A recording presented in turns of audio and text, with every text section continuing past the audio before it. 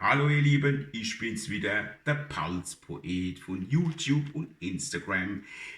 Ich will euch heute mal was sagen.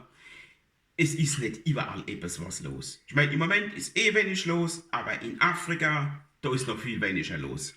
Der Dirk Wachtel hat ein wunderschönes Gedicht drüber geschrieben und das will ich euch jetzt erzählen.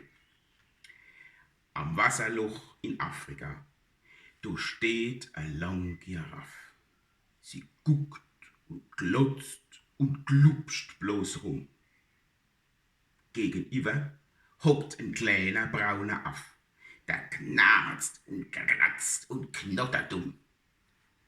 Nix los im Busch, so scheint's. Die Giraffe hat Durst und will's viel saufen. Der Aff hat Flehe und will nur schnaufen. Vorm Aff hat sie kein Moores, den lässt sie nachher scharren. Mit dem kriegt sie kein Zorges. Der kann bloß dabbisch plärren. Sie traut sich trotzdem nicht zu biegen. Die gern 4, 5 Liter schlicken. Nix los im Busch, so scheint's. Nach einer Stunde, sie hält es nicht mehr aus.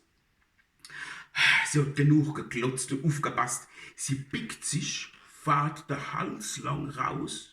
Genug gewahrt. Keine Gefahr verpasst. Sie schlappert, schlaubst und gluckert. Der Aff guckt zu und schaut. Hat's da im Wasserloch grad leis geblubbert? Auf einmal etwas aus dem Wasser schnatt. Was ist dann da los im Busch? Ein Krokodil beißt in den Hals und macht's Giraffsche hier. Das hinterlistig, dreckig Wasservieh. Der Aff verschreckt und fragt verdutzt. Warum hast die jetzt weggeputzt? Die Giraffe hat stundenlang geguckt und hat gewartet. Und du hast sie jetzt grad so nun geschwadet. Jetzt ist Krach im Busch. Das Krogo sagt mit Fleisch im Maul. Weißt, beim Jagen bin ich ziemlich faul. Leg mich ins Wasser und wart geduldig. Hab noch mehr Zeit wie ein Giraffe. Und macht mich das schuldig? War doch etwas im Busch gewesen.